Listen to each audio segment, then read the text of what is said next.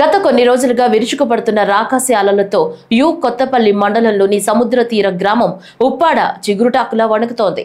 రక్షణగా వేసిన రాళ్లకట్ట, బీచ్ రహదారి అలల తాకిడికి నామరూపాలు లేకుండా పోయాయి. మరోవైపు సముద్ర నీరు ఉప్పాడ గ్రామాన్ని చుట్టుముట్టింది. దీంతో స్థానికులు బిక్కుబిక్కుమంటూ కాలం వెళ్లదీస్తున్నారు. రాష్ట్ర ఉప ముఖ్యమంత్రి కొణిదెల పవన్ కళ్యాణ్ ఆదేశాల మేరకు కాకినాడ జిల్లా కలెక్టర్ షణ్మోహన్ షగిలి ఉప్పాడ గ్రామంలో పర్యటించారు. ఉప్పాడ రహదారిపై కెరటాల ప్రభావం, రంగూన్పేట, పల్లిపేట గ్రామాల్లో నిలిచిన సముద్రం నీటిని పరిశీలించారు. ఈ సందర్భంగా బాధిత గ్రామాల ప్రజలకు కలెక్టర్ షణ్మోహన్ బాధితులతో మాట్లాడారు. కాగా జిల్లా పర్యటనకు వచ్చిన రాష్ట్ర పౌర సరఫరాల శాఖ మంత్రి నాదెండ్ల మనోహర్ ను ఉప్పాడ కోతపై పాత్రికేయులు అడిగిన ప్రశ్నకు సమాధానమిస్తూ రాష్ట్ర ఉప ముఖ్యమంత్రి పవన్ కళ్యాణ్ ఇప్పటికే ఈ సమస్యపై దృష్టి సారించడం జరిగిందని, సముద్రపు కోత నివారణకు రక్షణగా గోడ నిర్మించేందుకు 352 కోట్ల నిధులకు ప్రతిపాదనలు కేంద్ర ప్రభుత్వం వద్ద ఉన్నాయన్నారు.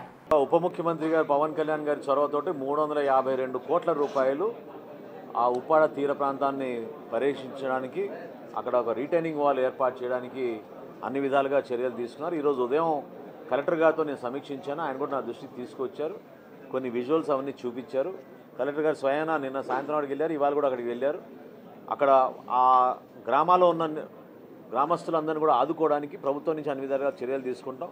అయితే ఈ వచ్చే 3 మాసాల్లోనే ఈ పనులు ప్రారంభించేటట్టు తప్పకుండా ఒక కార్యాచరణ దాని గురించి సిద్ధం చేస్తాం.